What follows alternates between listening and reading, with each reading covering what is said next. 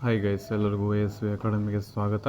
ನೋಡ್ಬೋದು ಗೈಸ್, ಇವಾಗ ಒಂದು ಅಪ್ಡೇಟ್ ಬರ್ತಾ ಇದೆ ಸಿವಿಲ್ PC ಗೆ ಸಂಬಂಧಪಟ್ಟಂತೆ, ಹಾಗೆ ಎಲ್ಲ ಪೊಲೀಸ್ ಕಾನ್ಸ್ಟೇಬಲ್ಗೆ ಸಂಬಂಧಪಟ್ಟಂತೆ KE ಅವರು ಎಕ್ಸಾಮ್ನ ನಡೆಸ್ತಾರೆ. KE ಅವರು ನಡೆಸಿದ್ರೆ ಆಲ್ಮೋಸ್ಟ್ ಅಲ್ಲೆಲ್ಲ ಇರ್ತದೆ ಏನಂತಂದರೆ ಕಡ್ಡಾಯ ಕನ್ನಡ ಇಟ್ಟೇ ಇರ್ತಾರೆ ಅವರು. ಸೊ ಪೊಲೀಸ್ ಇರಲಿ ಯಾವುದೇ ಇರಲಿ ಕಡ್ಡಾಯ ಕನ್ನಡ ಪಾಸ್ ಆಗಲೇಬೇಕು. ಓಕೆ, 100 ಮಾರ್ಕ್ಸಿಗೆ ಇರ್ತದೆ. 100 ಮಾರ್ಕ್ಸಿಗೆ 100 ಕ್ವಶನ್ ಇರ್ತವೆ, 150 ಮಾರ್ಕ್ಸ್ ಇರ್ತದೆ. 150ರಲ್ಲಿ 50 ಮಾರ್ಕ್ಸನ್ನು ಮಿನಿಮಮ್ ನೀವು ತೊಗೊಳ್ಳೇಬೇಕು.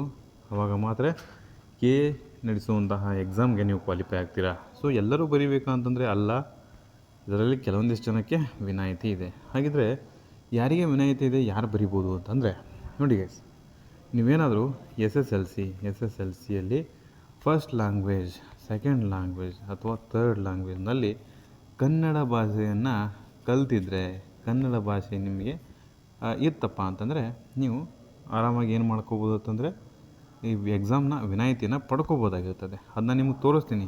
SLC ಮಾರ್ಕ್ಸ್ ಕಾರ್ಡ ಹೆಂಗಿರ್ತದೆ, ಫಸ್ಟ್ ಲ್ಯಾಂಗ್ವೇಜ್, ಸೆಕೆಂಡ್ ಲ್ಯಾಂಗ್ವೇಜ್ ತೋರಿಸ್ತೀನಿ ನಿಮಗೆ, ಯಾಕಂದ್ರೆ ಹೆಲ್ಪ್ ಆಗಬೇಕಲ್ಲ.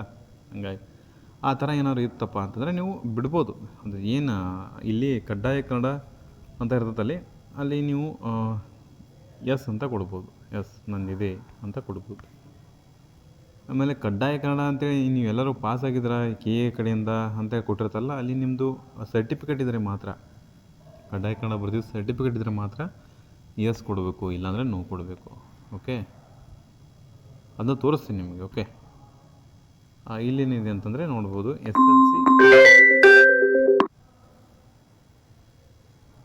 SSLC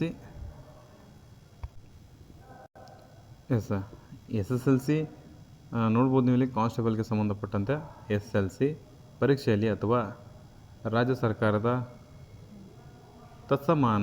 ತತ್ಸಮಾನವೆಂದು ಘೋಷಣೆಯಾಗಿರುವಂಥ ಯಾವುದೇ ಪರೀಕ್ಷೆಯಲ್ಲಿ ಅಥವಾ SLCಗಿಂತ ಉನ್ನತ ಮಟ್ಟದ ಪರೀಕ್ಷೆಯಲ್ಲಿ ಕನ್ನಡವನ್ನು ಪ್ರಥಮ ಭಾಷೆ, ದ್ವಿತೀಯ ಭಾಷೆ ಅಭ್ಯಸಿಸಿದಲ್ಲಿ ಕನ್ನಡ ಮಾಧ್ಯಮದಲ್ಲಿ ಅಧ್ಯಯನ ಮಾಡಿದಂತಹ ಅಭ್ಯರ್ಥಿಗಳಿಗೆ ಅಕಸ್ಮಾತ್ ಕನ್ನಡ ಪರೀಕ್ಷೆಯಲ್ಲಿ ಈ KE ಕಡೆಯಿಂದ ನಡೆಸುವಂತಹ ಪರೀಕ್ಷೆಯಲ್ಲಿ ನೀವು ಪಾಸ್ ಮಾಡಿದರೆ ಅದೊಂದು ಸರ್ಟಿಫಿಕೇಟ್ ಬೇಕಾಗುತ್ತೆ. ಆ ಸರ್ಟಿಫಿಕೇಟ್ ಏನಾದ್ರು ಇತ್ತಪ್ಪ ಅಂದರೆ ನೀವು ಎಸ್ ಅಂತ ಕೊಡ್ಬೋದು, ಇಲ್ಲಾಂದರೆ ನೋ ಕೊಡಬೇಕಾಗ್ತದೆ. ಯಾಕಂದರೆ ಮುಂದೆ ನಿಮ್ಮ ಡಾಕ್ಯುಮೆಂಟ್ ವೆರಿಫಿಕೇಷನಲ್ಲಿ ಕೇಳ್ತಾರೆ ನಿಮ್ದು ಇದೇನಾಯಿತು ಇಲ್ವಾ ಅಂತೇಳಿ. ಓಕೆ, ಹಾಗಾಗಿ ಅಪ್ಲಿಕೇಶನ್ ಹಾಕೋ ಮುಂಚೆ ಸ್ವಲ್ಪ ಎಚ್ಚರ ವಹಿಸಬೇಕಾಗ್ತದೆ. ತೋರಿಸ್ತೀನಿ ನಿಮಗೆ ಅದು ಯಾವ ರೀತಿ ಇದೆ ಅಂತೇಳಿ. ಎಸ್, ಇದು ತುಂಬ ಜನ ನನಗೆ ಮೆಸೇಜ್ ಮಾಡಿ ಕೇಳ್ತಾ ಇದ್ದೀರಿ ಏನಂತಂದರೆ ಏನಂತ ಕೇಳ್ತಾ ಇದ್ದೀರಿ ಅಂತಂದರೆ ಇವರು ಕನ್ನಡ ಎಕ್ಸಾಮ್ ಬರೀಬೇಕಾ ಸರ್ ಅಂತ ಕೇಳ್ತಾ ಇದ್ದೀರಿ.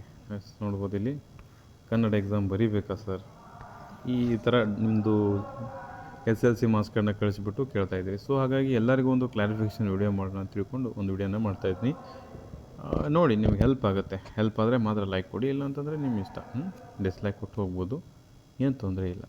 ನೋಡಿ, ಪ್ರಥಮ ಭಾಷೆ ಕನ್ನಡ, ದ್ವಿತೀಯ ಭಾಷೆ ಕನ್ನಡ. ನೋಡಿ, ಪ್ರಥಮ ಮತ್ತು ದ್ವಿತೀಯದಲ್ಲಿ, ಪ್ರಥಮ ಅಥವಾ ದ್ವಿತೀಯದಲ್ಲಿ ನೀವೇನಾದರೂ ಕನ್ನಡ ಪಾಸ್ ಆಗಿದ್ದರೆ, ನಿಮಗೆ ಕನ್ನಡ ಲ್ಯಾಂಗ್ವೇಜ್ ಇತ್ತಪ್ಪ ಅಂತಂದರೆ ನೀವು ಕಡ್ಡಾಯ ಕನ್ನಡ ಎಕ್ಸಾಮ್ನ ಬರೆಯುವಂಥ ಅವಶ್ಯಕತೆ ಇರುವುದಿಲ್ಲ.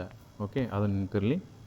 ಅಕಸ್ಮಾತ್ ನಿಮಗೇನಾದರೂ ಫಸ್ಟ್ ಲ್ಯಾಂಗ್ವೇಜ್ ಅಥವಾ ಸೆಕೆಂಡ್ ಲ್ಯಾಂಗ್ವೇಜಲ್ಲಿ ಏನಾದರೂ ಕಲ್ತಿಲ್ಲ ಅಂತಂದರೆ ಆವಾಗ ನೀವೇನು ಮಾಡಬೇಕಪ್ಪ ಅಂತಂದರೆ ನೀವು ಎಕ್ಸಾಮನ್ನು ಬರೀಬೇಕು, ಕಡ್ಡಾಯ ಕನ್ನಡ ಎಕ್ಸಾಮನ್ನು ಬರೀಬೇಕು. 150ಕ್ಕೆ 50 ಮಾರ್ಕ್ಸನ್ನು ತಗೊಳ್ಳೇಬೇಕು. ಆವಾಗ ಮಾತ್ರ ನೀವು ಪಾಸ್ ಆಗ್ತೀರಾ.